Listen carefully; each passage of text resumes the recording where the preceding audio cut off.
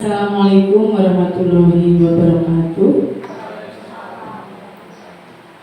Yang terhormat Bapak Kepala Sekolah SDN 2 Belandu, yang terhormat Bapak Ibu Guru SDN 2 Belandu, yang kami banggakan CGP Angkatan 10 Bapak Edi Purnomo. Pertama-tama marilah kita panjatkan puji syukur kepada Allah Subhanahu wa Ta'ala karena limpahan rahmatnya kita diberikan kesempatan kesehatan sehingga pada kesempatan siang hari ini kita dapat berada di sini untuk bersama-sama nanti mendiskusikan apa yang menjadi visi atau murid impian masa depan panjenengan seperti apa. Bapak Ibu, saya di sini sebagai moderator adalah pengajar praktik PGP Angkatan 10. Nama saya Fitri Handayani dari SDN 1 Jambu Kidul. Perkenalkanlah saya di sini sebagai moderator untuk membacakan apa tujuan dari kegiatan pada hari ini, yaitu mendiskusikan cita-cita atau visi warga sekolah terhadap murid di masa yang akan datang. Jadi Bapak Ibu, di sini memang tugas CGP melengkapi tugas CGP dari pendidikan guru penggerak angkatan 10. Akan tetapi yang kami harapkan ini tidak hanya sekedar melengkapi tugas dari Bapak Edi, tetapi juga dapat bermanfaat untuk merefleksikan apa yang menjadi visi di SDN 1 Jambu Kidul. Manakala nanti dalam diskusi itu memang bisa melengkapi yang menjadi visi di SD ini sehingga dapat bermanfaat untuk sekolah, dan tentunya nanti juga timbul sebuah prakarsa perubahan tidak hanya dari Pak Edi, mungkin dari teman-teman, untuk bagaimana mewujudkan visi sekolah itu terrealisasi, terimplementasikan dengan baik terhadap anak-anak kita. Seperti itu. Dan di sini susunan acara pada siang hari ini yang tentunya nanti sambutan dari Bapak Kepala Sekolah, dan acara intinya yaitu yang pertama pengantar tentang tujuan diskusi, yang kedua merumuskan kalimat terumpang dan melihat visi sekolah, yang ketiga mengidentifikasi perilaku yang mencerminkan visi, yang keempat mendiskusikan inisiatif perubahan yang dapat dilakukan di sekolah, dan yang terakhir penutup. Berhubung waktu sudah siang, kita buka acara pada siang hari ini yang berkenan baca basmalah. Bismillahirrahmanirrahim. Semoga nanti acara ke depan bisa lancar dan bermanfaat, tentunya bermakna juga untuk kita semua. Yang selanjutnya, sebelum dimulai diskusi dipimpin oleh Bapak Hedi, kita dengarkan dulu sambutan dari Bapak Kepala Sekolah sekaligus memotivasi mensupport CGP hebat kita kepada Bapak Ari Suyanto Bedal Saksarun.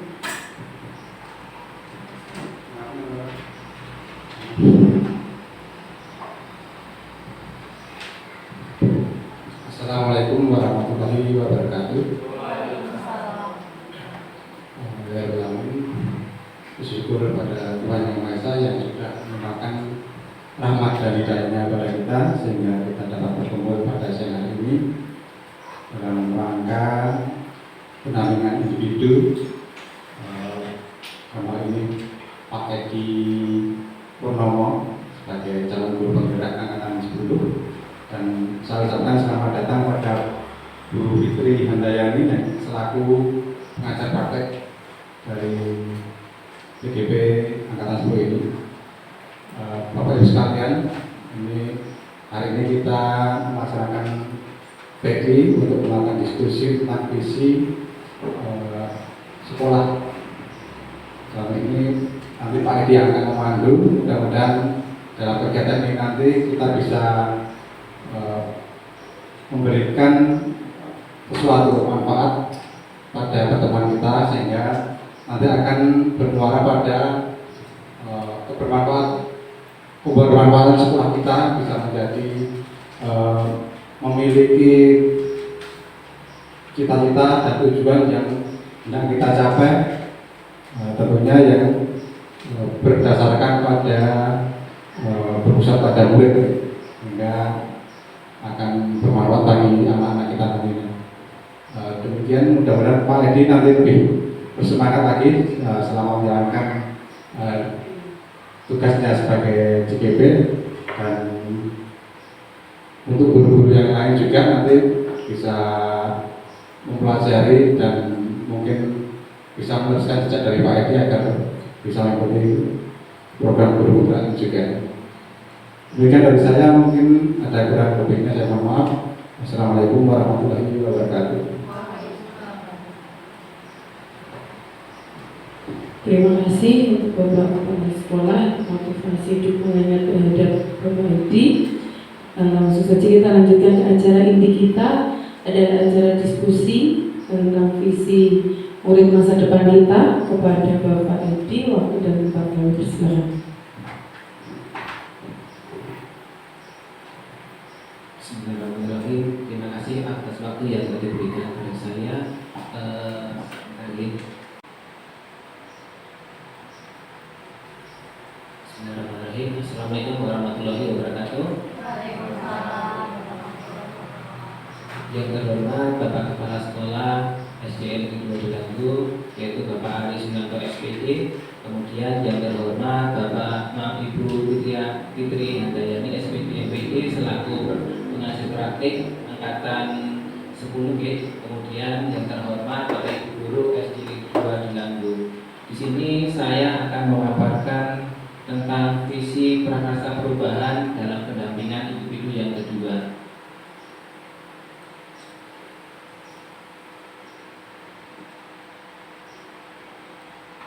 Selanjutnya, di sini kegiatan pemaparan visi prakarsa perubahan dalam pendampingan individu yang kedua sebagai tugas CDP angkatan 10 di SDN Negeri 2 Delanggu. Terima kasih atas bantuannya sebelumnya. Agenda pada hari ini yang pertama adalah tujuan kegiatan, kemudian yang kedua adalah visi sekolah, kemudian yang ketiga adalah diskusi bersama-sama yang akan nanti kita lalui sama-sama nanti. Kemudian yang keempat adalah visi DGP, yaitu visi dari saya yang mungkin nanti bisa saya tawarkan kira-kira Bapak Ibu Guru setuju atau tidak. Kemudian yang terakhir adalah refleksi. Sebelum diskusi kita mulai, alangkah baiknya diskusi ini diawali dengan keyakinan kelas agar nanti diskusinya bisa berjalan dengan lancar. Yang pertama, keyakinan kelasnya adalah untuk HP mohon di silent selama mengikuti diskusi. Agar nanti pelaksanaan diskusi bisa berjalan dengan lancar tanpa adanya gangguan dari, misalkan ada yang WA, ya silakan WA, dibalasi nggak apa-apa. Yang penting tidak menimbulkan suasana yang gaduh yang bisa mengganggu jalannya diskusi. Yang kedua adalah mengangkat tangan terlebih dahulu sebelum berpendapat. Yang ketiga adalah menghargai pendapat orang lain. Yang keempat adalah aktif dalam kegiatan diskusi, karena ini akan membahas tentang visi di SD Negeri 2 Delanggu khususnya. Selanjutnya yaitu speaking dulu agar nanti dalam pembelajaran kita fokus dan mengikuti diskusinya. Yang pertama adalah gambar semacam ini. Pasti Bapak Ibu Guru tidak asing lagi dengan gambar Di sini ada tang, G-nya hilang, kemudian kanan dan tanda seru. Kira-kira apa Bapak Ibu? Jawabannya adalah tangan seru. Kemudian yang gambar yang kedua semacam ini, ada tanaman, kemudian ada tong, ada an, dan harga. Di sini adalah potongan harga. Kemudian yang ketiga, gambar yang terakhir, ada mie, kemudian ada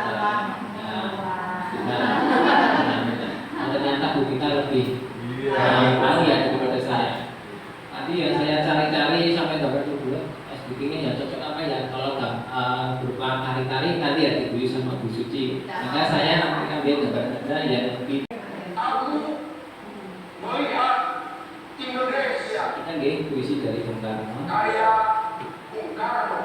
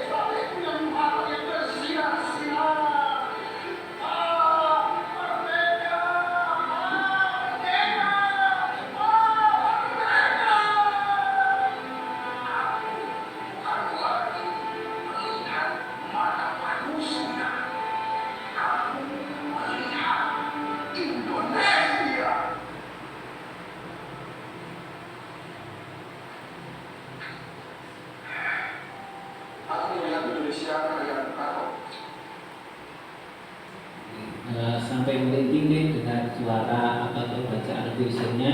Mudah-mudahan kita bisa meresapi apa yang telah dibacakan oleh Bapaknya tadi. Tadi yaitu bagaimana perasaan Bapak Ibu usai mendengarkan puisi di atas. Mohon Bu Vika. Perasaannya merinding, merasa bangga menjadi salah satu warga Indonesia yang bisa menikmati apa yang ada di Indonesia beragam macamnya. Jadi merinding, bangga. Terima kasih atas pendapat dari Ibu Vika, yaitu merinding dan bangga tentang keadaan di Indonesia. Coba lagi untuk yang masih yang pertama, bagaimana perasaan Bapak Ibu usai mendengarkan puisi di atas? Monggo Bu Noris. Kalau saya saat mendengar puisi karya Bung Karno tadi ya, perasaan saya itu ikut-ikut bergetar, merasakan getaran-getaran. Ternyata begitu beliau mengungkapkan begitu berbagai macam budaya perbedaan yang kita miliki, tapi kita tetap satu, yaitu Indonesia. Kata-kata Indonesia itu benar-benar membuat hati itu menjadi benar-benar bergetar. Saya menjadi bangga dengan Indonesia, dengan perjuangan-perjuangan yang sudah terlampaui. Semoga Indonesia tetap merdeka jaya selamanya. Amin. Banyak pendapat dari Ibu Noris dan Bu Vika. Kita selanjutnya tentang puisi, yaitu yang kedua adalah puisi di atas menunjukkan visi presiden pertama kita, yaitu Bapak Insinyur Soekarno akan wujud kesatuan dari ragam kekayaan yang ada. Selanjutnya, visi itu harus menyemangati, kemudian menggerakkan hati dan kolaborasi tiap anggota dalam suatu komunitas. Berikutnya yaitu adalah mau jadi apa jika sudah besar nanti. Saya yakin Bapak Ibu guru waktu kecil pasti mempunyai impian ataupun cita-cita. Di sini ada contohnya, ada yang menjadi guru, kemudian yang kedua ada yang jadi polisi, kemudian yang ketiga ada jadi pengusaha, yang keempat ada pramugari, dan terakhir adalah menjadi guru. Coba Pak Restu, kira-kira masa kecilnya dulu ingin menjadi apa Pak? Terima kasih Pak Edi. Dulu masa kecil saya ingin menjadi wira swasta pengusaha sukses, tapi kenyataannya sekarang malah menjadi guru Pak Edi. Berarti ada penyesalan yang menjadi guru. Padahal menjadi guru adalah gambaran beberapa orang bahkan banyak yang mengantri untuk menjadi guru. Buktinya adalah banyak sekali yang lulusan misalkan pendidikan ya ingin menjadi seorang guru. Selanjutnya Bu Laini, kira-kira masa kecilnya dulu ingin jadi apa ya Bu Laini?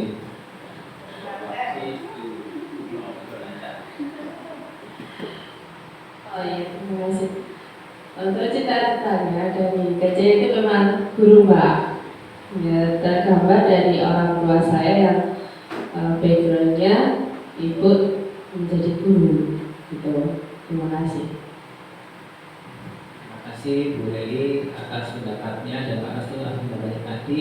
Yang ini ya antara kita antara kita semuanya itu pasti mempunyai cita-cita. Jikalau tidak punya cita-cita, berarti kan kita tidak punya tujuan untuk melangkah. Misalkan gini, kita keluar rumah, misalkan tidak punya cita-cita, nanti akan berkeliaran ataupun akan pergi kemana-mana tanpa tujuan. Jikalau kita punya cita-cita atau punya tujuan, nanti misalkan kalau keluar rumah mau beli kopi atau beli mie ayam ataupun bisa shopping keluas atau sebagainya, itu kan langsung bujuk, bukan nanti mampir-mampir ke yang lain. Ya, itu. Selanjutnya, visi adalah penggambaran harapan, cita-cita atau tujuan yang ingin terwujud di masa yang akan datang. Jadi, visi adalah penggambaran harapan, cita-cita atau tujuan yang ingin terwujud di masa yang akan datang. Nah, ini nanti yang akan kita gali bersama-sama atau kita diskusikan bersama-sama di forum ini. Nah, tentu kita sudah tahu visi SDN 2020. Kemarin sudah saya tanyakan kepada Pak Sekolah kepada rekan-rekan sejawat, yaitu di sini adalah mewujudkan peserta didik yang hebat, yaitu handal, etika, berakhlak, adaptif, dan tanggap. Nah, di sini hubungan visi sekolah dan pendekatan AI. Visi sekolah dan pendekatan inquiry memiliki hubungan yang erat dan saling mendukung. Visi sekolah menggambarkan tujuan dan cita-cita yang ingin dicapai oleh sekolah. Sedangkan pendekatan inquiry merupakan salah satu caranya untuk mencapai visi tersebut.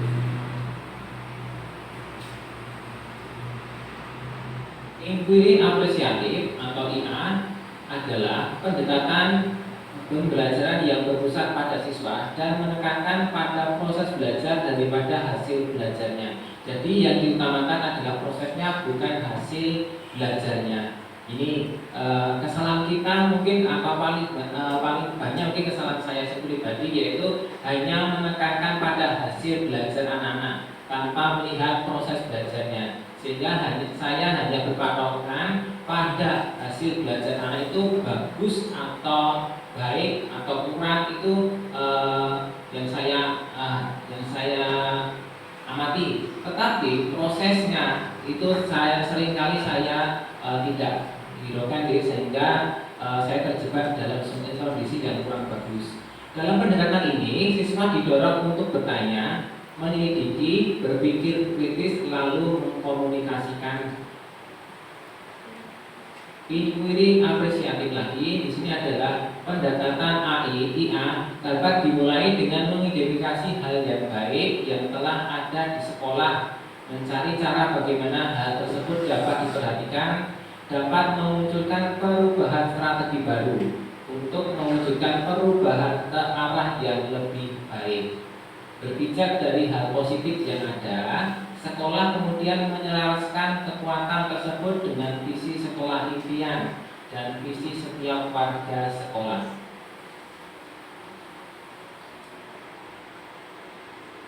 Nah, ini ada beberapa kalimat pemantik yang bisa untuk acuan ya untuk kita diskusi nanti. Yang pertama adalah, apakah visi sekolah saat ini sudah menggambarkan dengan jelas impian kita dan cita-cita kita yang kita inginkan? Yang kedua, apakah visi tersebut sudah menunjukkan hal yang diharapkan, menjadi pembeda antara murid di sekolah kita dengan murid di sekolah lain? Dua pertanyaan ini akan menjadi acuan kita untuk melakukan diskusi menentukan visi ke depannya. Di sini saya hanya menjembatani, tidak memaksakan visi saya nanti dipakai atau tidak. Oke, mari berdiskusi visi dan prakarsa perubahan. Kalimat rumpang cita-cita murid impian. Yang pertama adalah silakan dituliskan dalam selembar buku atau selembar kertas yang Bapak Ibu siapkan tadi. Saya memimpikan murid-murid yang bagaimana? Silakan ditulis dulu.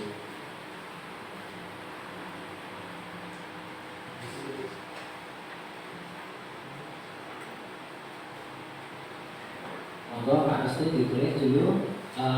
Kira-kira memimpikan apa dalam cita-cita dengan Bapak Restu?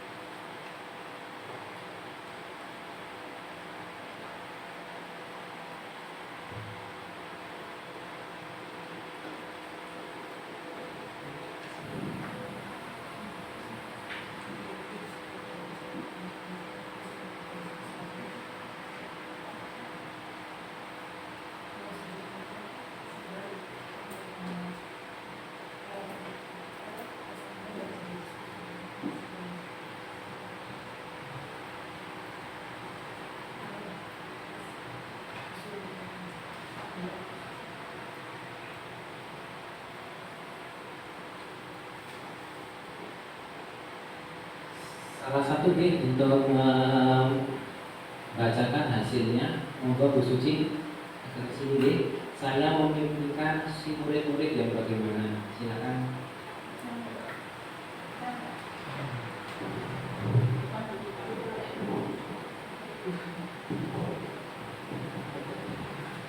Terima kasih untuk waktu yang diberikan kepada saya.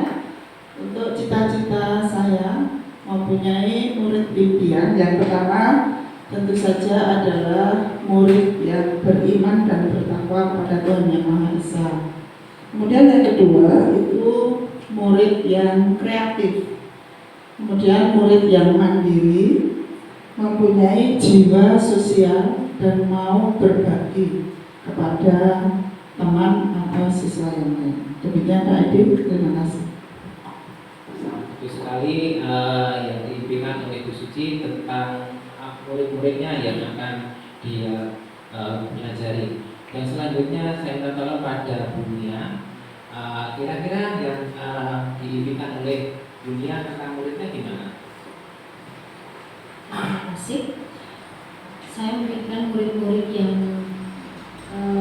merasa belajar itu merupakan suatu kebutuhan, bukan hanya kewajiban, sehingga murid akan selalu semangat dalam mencari ilmu. Terima kasih. Bagus sekali pendapat dari Bu Nia. Setelah kita lanjutkan dulu untuk yang kedua kalimat rupanya sembari kita catat hasil dari diskusi ini. Yang kedua adalah saya percaya bahwa murid adalah titik-titik. Menurut Pak Purwo bagaimana Pak Purwo?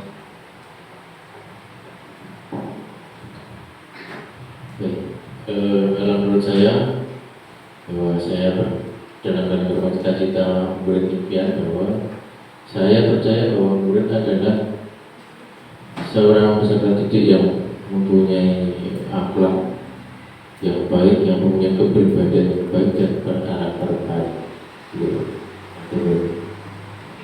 Itu pendapat dari Pak Purwo, yaitu murid harus punya berakhlak yang baik, beriman dan bertakwa namanya. Selanjutnya Bu Ceti dulu untuk yang kedua, silakan Pak Ceti. Yang kedua, saya percaya bahwa murid adalah itu semuanya pintar. Hanya saja terkadang anak itu ada yang malas. Terima kasih atas pendapatnya Bu Ceti bahwa semuanya murid itu adalah pintar. Hanya saja murid itu tidak menjadi pintar karena kurang rajin dalam belajarnya. Itu ya Bu Ceti. Kemudian yang ketiga adalah di sekolah saya mengutamakan titik-titik. Monggo Bu Ina. Di sekolah saya mengutamakan kalau saya pribadi ya Pak ya, saya itu ke anak-anak itu menganggap anak-anak itu seperti anak saya sendiri. Jadi saya seperti mempunyai tanggung jawab, siswa itu adalah anak-anak saya sendiri. Jadi saya bisa mendidiknya dengan karakter yang saya inginkan, gitu Pak. Itu pendapat dari Bu Pina, yaitu murid-murid itu adalah dianggap sebagai anaknya sendiri, sehingga di sekolah itu diutamakan seperti anaknya sendiri, bukan lagi hanya sebagai anak titipan ya Mbak. Selanjutnya Terima kasih atas waktunya. Di sekolah saya mengutamakan ini tentang pribadi saya, budaya sopan santun dan pembelajaran berpihak pada murid itu sendiri. Terima kasih. terima kasih atas pendapat dari Pak Restu, yaitu di sekolah saya mengutamakan apa Pak maksudnya tadi? Budaya sopan santun dan pembelajaran yang berpihak pada murid. Bagus sekali ya Pak pendapatnya. Nomor 4 yaitu murid di sekolah saya sadar betul bahwa titik-titik. Monggo Bu Pina. Baik, terima kasih.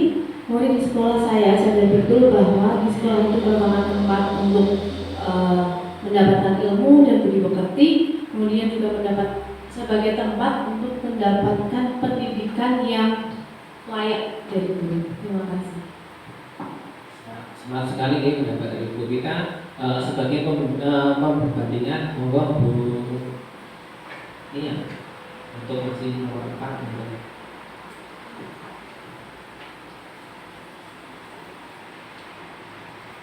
Lengkapi pendapat dari Bu Vita, murid di sekolah kita sadar betul bahwa berada di sekolahan untuk mendapatkan pendidikan dan pengajaran yang layak, juga mendapatkan ilmu dan budi pekerti. Ya, intinya adalah tentang berbudi pekerti ya, berbudi yang baik, yang unggul tentunya. Bisa nanti bertaraf berkognitif, kemudian tingkat profesional, sosialnya dan emosionalnya. Yang kelima adalah semacam ini, saya dan guru lain di sekolah saya yakin untuk titik-titik. Monggo Pak Bowo lagi. Kalau saya bahwa saya dan guru lain di sekolah, saya yakin untuk dapat menuntut dan membimbing murid agar dapat mencapai kebahagiaan dan keselamatan sesuai dengan potensi yang dimiliki. Bagus banget pendapat dari Pak Bowo, yaitu agar menuntut anak agar selamat, bahagia, di tingkat dan setinggi-tingginya. Kemudian yang keenam, yang terakhir, saya dan guru lain di sekolah saya paham bahwa, sekali lagi Bu Suci mohon bantuannya.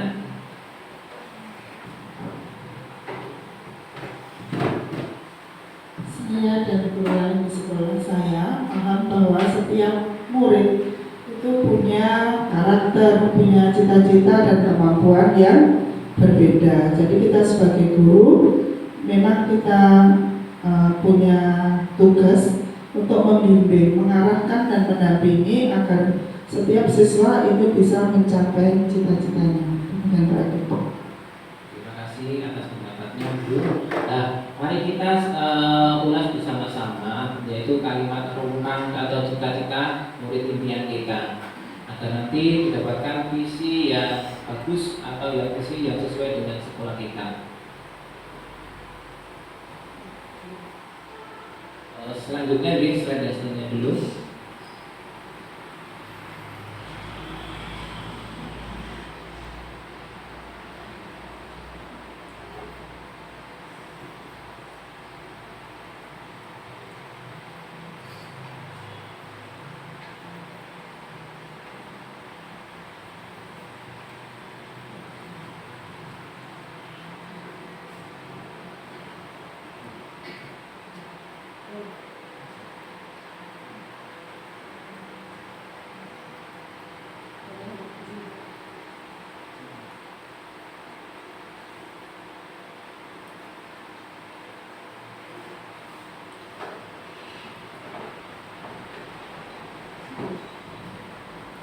Tadi adalah visi SD Negeri Lagu adalah mewujudkan peserta didik yang hebat, yaitu handal, etika, beratas, adaptif, dan tanggap.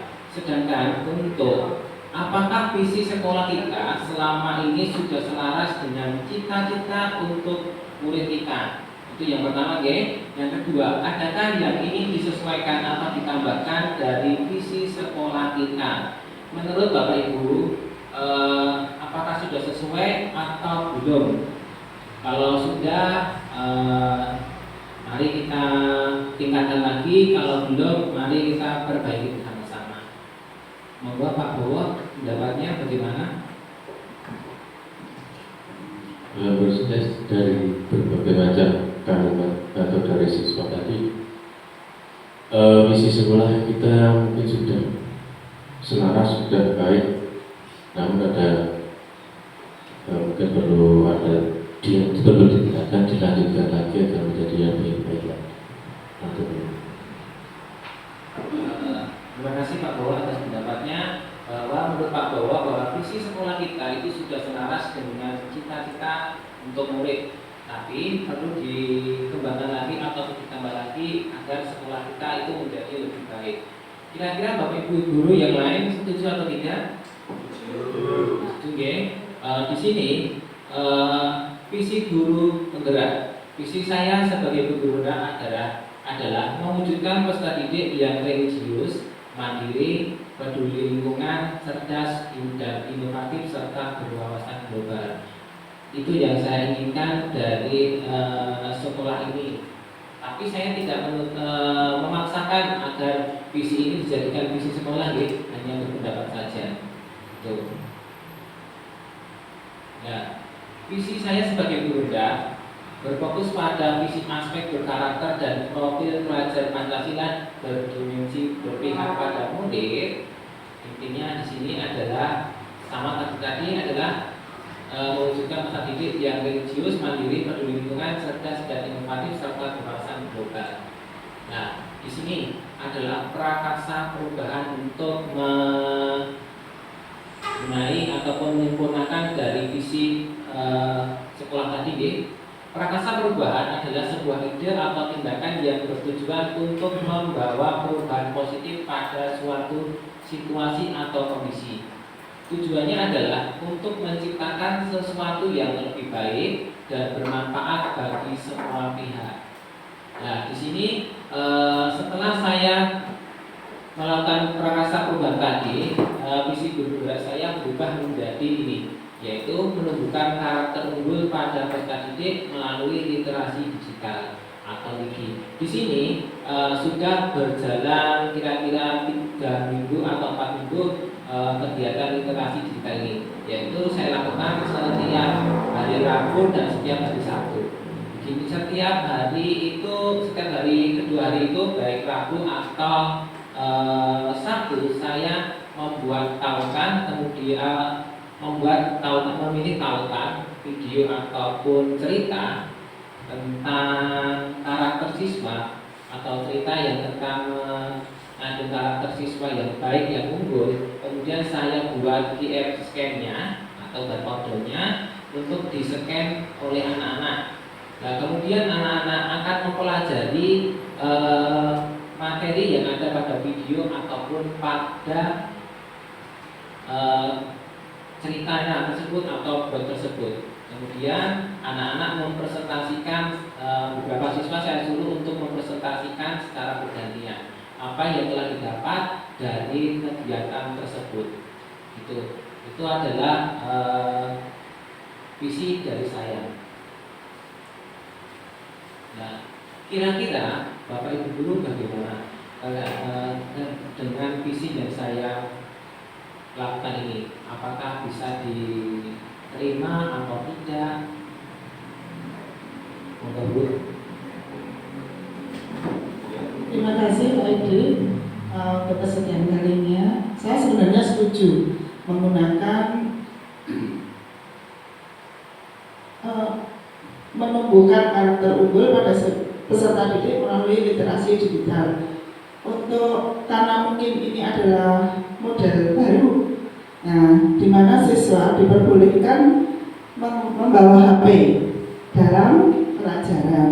Cuma minta tolong, mungkin ini untuk kita semua.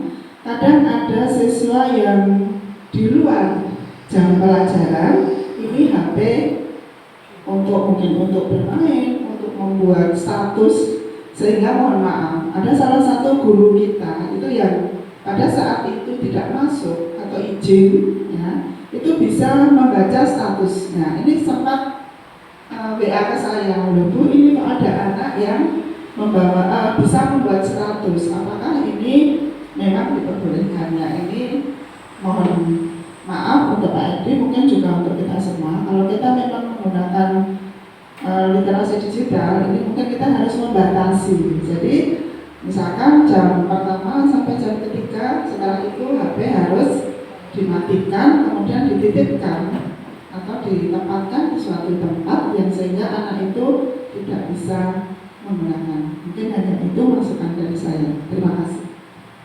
Terima kasih atas masukan dari Bu Suci. Ya, betul ya Bu, karena kalau tidak diamati, biasanya anak-anak itu sangat khusus sekali untuk menggunakan HP, terutama pada jam istirahat. Biasanya anak-anak itu menggunakan HP untuk main TikTok, kemudian game dan sebagainya. Memang di awal-awal saya menjumpai semacam itu, yaitu anak-anak di waktu jam istirahat itu menggunakan HP-nya untuk bermain game ataupun melihat TikTok ataupun YouTube. Tapi setelah itu saya punya kebijakan, yaitu selama HP tidak digunakan untuk program literasi digital ini atau tidak digunakan untuk mengakses tautan ini, maka HP diserahkan atau ditempatkan di tempat yang aman agar anak-anak tidak memakainya atau menggunakan untuk hal-hal yang tidak diinginkan.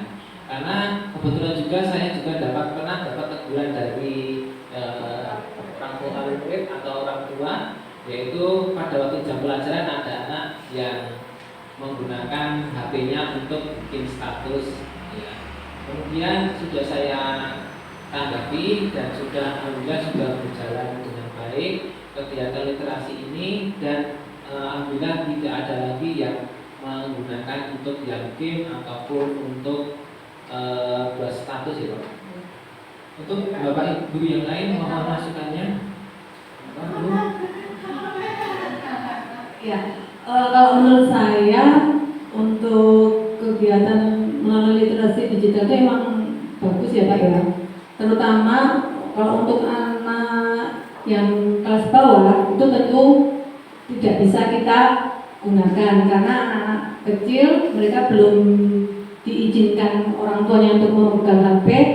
Begitu juga mereka juga belum paham. Jadi untuk LIDI ini memang sangat cocok untuk yang kelas atas. Cuma memang kita sebagai guru itu harus benar-benar paham betul resikonya kalau anak itu pegang HP. Jadi sebelum pembelajaran kita memang tekankan dulu tentang keyakinan kelas itu tadi. Jadi kalau kita sudah mengatakan tentang keyakinan kelas, kita masukkan itu penggunaan HP, insya Allah anak-anak akan paham betul kalau mereka tidak memakai itu selain untuk pembelajaran. Jadi keyakinan kelas kita tambah untuk HP bisa dipakai hanya untuk proses pembelajaran saja. Selain itu bisa disimpan ke anak, tidak boleh maksudnya dimasukkan ke tas lah. Kalau tidak di tas bisa dikumpulkan di tempat yang aman. Semuanya yang anak-anak yang bangun HP itu bisa disimpan dan guru yang memegang. Jadi itu akan lebih aman lagi. Begitu Pak Edi, bisa dilanjutkan mungkin. Terima kasih atas pendapat dari Bu Doris. Yang kita garis bawahi adalah di sini adalah keyakinan kelas. Betul sekali pendapat Bu Doris. Jika nanti kita buatkan keyakinan kelas bahwa anak-anak jika tidak ada hubungannya dengan literasi digital ini, HP tersebut kita simpan atau kita amankanlah atau bisa disimpan dalam tasnya masing-masing atau di sebuah tempat khusus untuk menyimpan HP tersebut. Kira-kira ada pendapat yang lain nggak Bapak Ibu? Baik, terima kasih.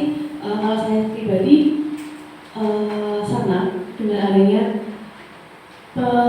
menumbuhkan karakter unggul pada peserta didik melalui literasi digital. Tapi itu konsekuensinya kita sebagai guru juga harus kreatif. Kenapa? Karena literasi itu bukan sekedar hanya membaca, kita beritahukan lalu baca.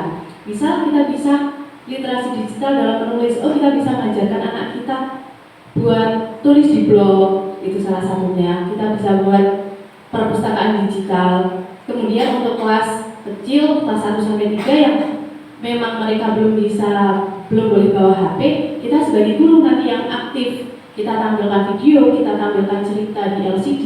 Jadi anak itu bisa membaca, bisa mengamati video dan mungkin menceritakan kembali atau menuliskan apa yang sudah mereka baca atau mereka lihat. Jadi kalau saya sendiri terlepas dari konsekuensi anak itu main HP saat pelajaran, kalau itu kan kita bisa kontrol. Untuk kedepannya saya setuju dengan menumbuhkan karakter unggul pada peserta didik melalui literasi digital. Terima kasih. Terima kasih atas pendapatnya Bu Rita. Di sini sudah saya dapat tambahkan untuk kelas rendah itu bisa menggunakan atau gurunya yang lebih aktif dalam menyalurkan bahan-bahan materinya. Pak Bowo mohon sudah. Oke, Pak Rizku. Terima kasih untuk waktunya. Masalah ini tadi saya setuju sekali dengan Pak Edi. Yang pertama adalah untuk membekali siswa dengan kemampuan berkomunikasi melalui media digital. Yang kedua, termasuk kayak email, media sosial, dan konferensi video kayak gitu. Jadi pembelajaran melalui video itu mudah dimengerti oleh peserta didik Pak Edi. Terima kasih. Terima kasih atas pendapatnya, Nggih. Nah, kita di penghujung diskusi, kira-kira kita bisa mengambil kesimpulan apa dari visi sekolah dengan visi saya tadi? Kira-kira bagaimana? Bapak Kepala Sekolah bisa membantu buat kesimpulannya?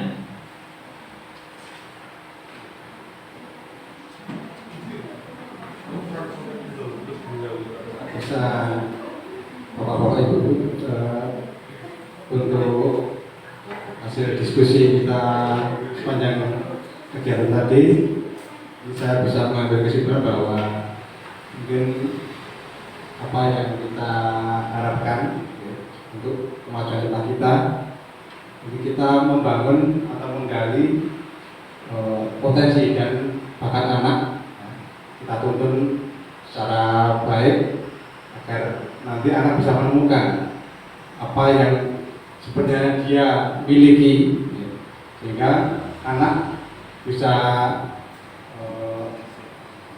mengeluarkan apa yang dia punya secara optimal.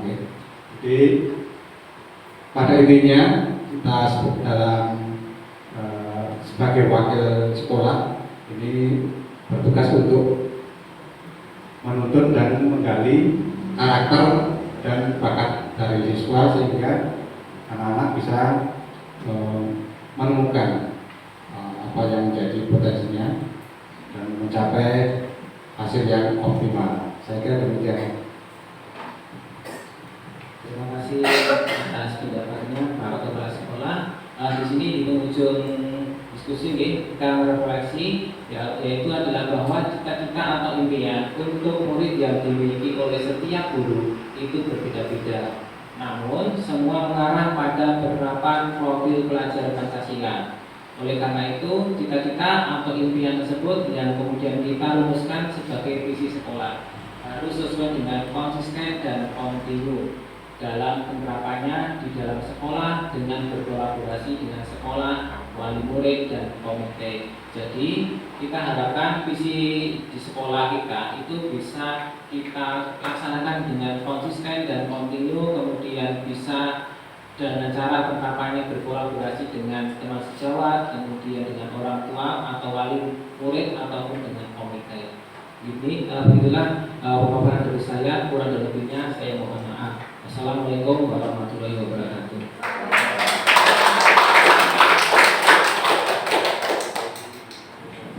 Pak Edi, peristiwa luar biasa, keren ya Bapak Ibu. Ya, kalau tidak di CGP mungkin Pak Edi untuk memaparkan visinya secara pribadi maupun visinya di sekolah mungkin akan kekuk atau bahkan tidak berani gitu. Tapi karena di sini CGP ada tuntutan tugas, insya Allah akan melatih secara khusus Pak Edi dan juga teman-teman CGP lain untuk mampu menyampaikan apa yang menjadi ide kreatifnya, apa yang menjadi visinya, yang mungkin nanti bisa menginspirasi yang lain, gitu Bapak Ibu. Dan terima kasih supportnya, terima kasih dukungannya tadi terhadap Pak Edi, luar biasa diskusinya. Saya yakin bisa bermanfaat dan visi sekolah tidak harus direvisi sekarang ya Bapak Ibu. Ini tadi hanya sebagai refleksi untuk visi sekolah yang mungkin nanti akan ditindaklanjuti oleh Bapak Kepala Sekolah jika memang perlu ditambahkan lebih tajam lagi visinya agar lebih jelas. Oh, seperti apa sih harapannya siswa kita itu agar tujuannya lebih tajam, lebih jelas. Nanti di lain kesempatan bisa dilanjut dalam rapat sekolah ataupun dari kombel di sekolah untuk menajamkan yang menjadi visi sekolah setelah tadi direfleksi. Dan untuk visi secara pribadinya Pak Edi menjadi seorang guru penggerak, semoga disupport juga oleh teman-teman untuk dapat menginspirasi dan terlaksana dengan baik dengan program prakarsa perubahannya tadi melalui literasi digital yang menguatkan tadi literasi itu tidak hanya membaca learns. Ketika anak-anak itu literasi, bayangan kita membaca itu kurang tepat Bapak Ibu. Ketika kita mengajak keluar kelas mengenal apapun yang ada di sekitar, itu merupakan literasi. Karena literasi intinya anak bisa mengeksplor apa-apa yang ada, tidak hanya dibaca tapi dilihat, didengar. Itu menjadi sebuah literasi sehingga bisa bercerita, mungkin bisa memberikan pengalaman yang berharga, termasuk juga melalui literasi digital. Tidak hanya baca, Pak Edi bisa di petunjuk apa, terus penggunaan Gojek bagaimana, itu merupakan literasi. Karena apa? Di era sekarang ini sangat dekat sekali ya aplikasi-aplikasi yang perlu kita kenalkan dengan anak-anak, dan itu tidak suatu yang maksudnya berbahaya, tetapi justru dengan kita mengenalkan beberapa aplikasi yang ada di sosial media seperti TikTok dan sebagainya, itu kita ajak anak-anak kadang-kadang berliterasi di situ. Itu kita biar anak-anak ketika mengenal aplikasi itu tidak salah jalur. Oh, TikTok itu bisa kita gunakan seperti ini loh. Oh, seperti ini. Apa sih? Ada sisi positifnya nggak? Gojek itu manfaatnya banyak. Kita bisa transfer uang dari sini, kita bisa membeli sesuatu dan seterusnya. Kenapa Bapak Ibu? Kenapa kita harus mengenalkan kita berliterasi digital? Karena biar anak-anak kita tidak ketinggalan zaman dengan kehidupan yang sekarang. Ketika ketinggalan zaman, mereka akan mudah dihapusi. Saya kira baca Gojek mau pergi kemana-mana bingung. Padahal sudah ada aplikasi, kita mau kemana saja bisa. Kita tidak bisa mengantarkan sesuatu ke tempat saudara kita banyak acara ya kita gosen dan seterusnya. Itu harus kita belajarkan ke siswa kita. Karena ini sudah eranya. Jangan takut untuk mengenalkan HP. Yang jelas kita mengenalkan dari sisi positifnya. Kalau sisi negatifnya pasti ada, tetapi kita gali sisi positifnya agar anak-anak kita juga bisa memanfaatkan dari sisi positif. Tapi ketika dia tahunya dari luar, bukan dari Bapak Ibu gurunya, pasti yang akan hadir banyak sisi negatifnya. Mungkin TikTok video-video yang saru-saru itu kan juga banyak, yang kata-kata anak-anak kecil, ulahan kata-kata dari TikTok. Nah, bisa kita manfaatkan. TikTok itu bisa jadi sumber informasi dan seterusnya. Itu monggo dipilihkan aplikasi-aplikasi yang memang dekat dengan anak-anak untuk kita literasi, untuk kita sampaikan ke anak-anak kita agar tidak ketinggalan di era digital ini ya.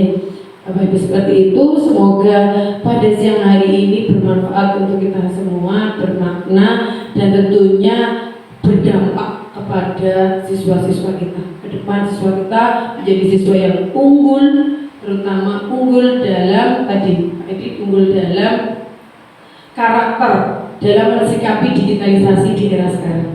Terutama karakter Bapak Ibu yang kita harus bangun. Bagaimana kita membangun karakter itu tidak mudah, perlu kerjasama semua guru.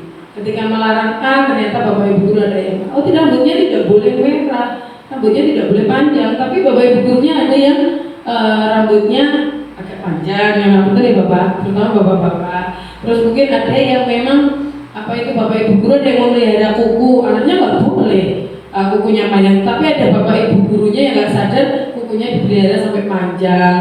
Nah itu, jadi karakter itu diupayakan memang keteladanan dari keteladanan kita sehingga akan masuk ke jiwa anak-anak kita itu juga dengan baik. Begitu ya Bapak Ibu.